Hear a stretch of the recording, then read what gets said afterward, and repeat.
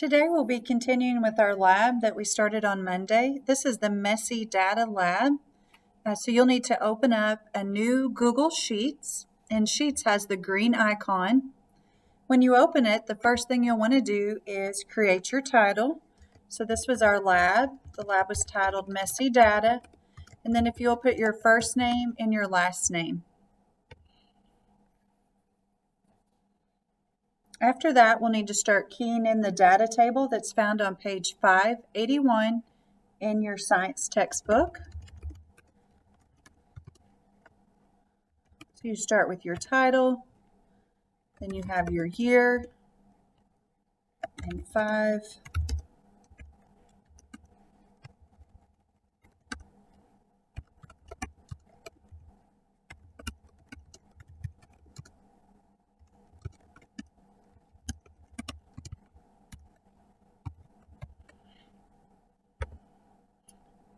Okay, and then you'll start keying in your years in the first column.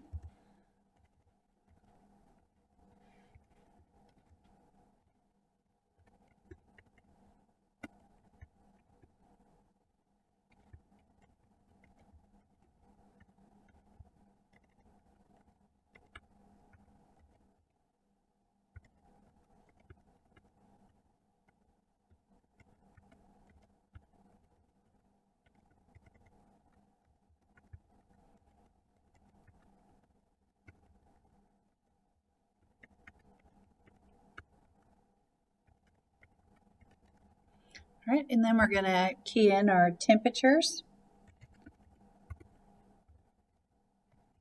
Oops.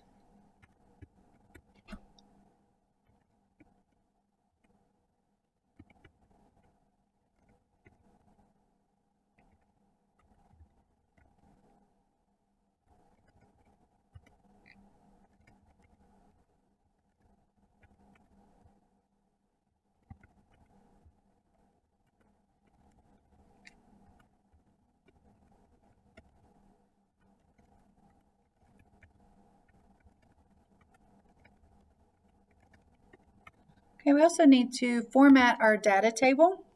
So I want to take the title of Williamsport and merge these two. So I'm going to grab Williamsport, drag my cursor across so they're both in blue. And up at the top is this where it says merge cells. So I'm going to click on that, and now my one cell, the two separate, have now become one cell. And then I'm going to align them by centering them. So I'm going to choose the center alignment. My 5-year average annual temperature goes way out of the cell. So I'm going to wrap my text. So I'm going to pick the 5-year average and go up here where it says text wrapping. And I'm going to choose the one in the middle that looks like an arrow circling back around. And now that takes up the entire cell. I'm going to highlight the entire table because we want to put borders around it. So up at the top, there's the option with 4 windows in it. We're going to choose the first one because we want all borders to have a line around them. This will make our table easier to read. I'm also going to center everything on the table while the whole thing's highlighted. So all my dates and temperatures are centered. Next, for the lab, we divided our dates into 3 separate units. The first unit, what was the furthest in the past, and your directions on step 4 in your procedures ask you to draw a line on your graph in between 1944 and 1949. So I'm going to highlight my text all the way down through 1944 and then fill with a color. Then I'm going to highlight my next set of text all the way down to 1974 and choose another color to fill in. This way I have 3 sets of data that are clearly separated. For each of these sets of data, you will be making a separate graph. So I'm going to go back and highlight that first set that's in yellow. Up at the top is Insert. Then I'm going to choose Chart. When the chart inserts, this one is a line graph, and that's not what we made. We actually made a data plot, scatter plot. So we're going to click over here on the right where chart type, scroll down, We're going to choose scatter. So at least now I have the correct type of chart.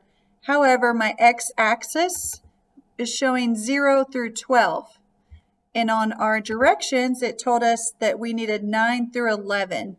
So when I double click on that x-axis, over on the right, the minimum and the maximum value pop up.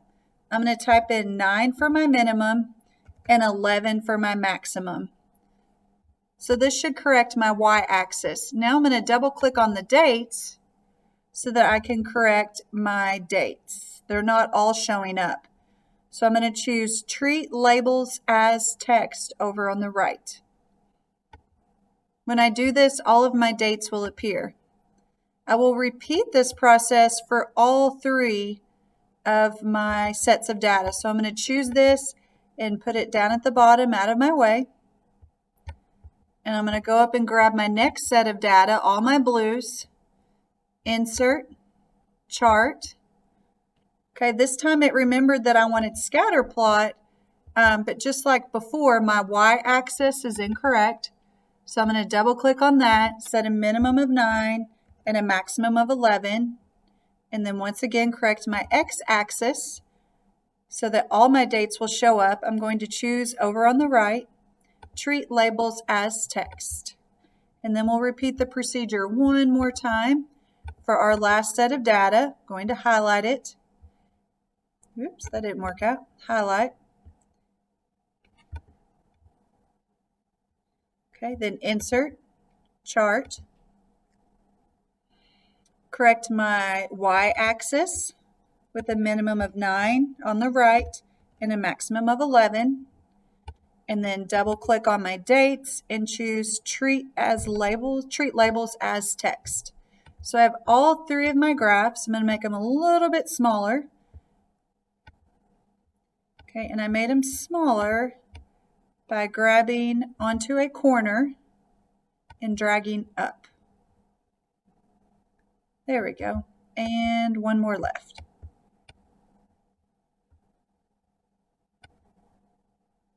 Okay, so all 3 of my tables are here together. The last step for today is we are going to set data labels in trend line. So I'm going to double click on my first graph.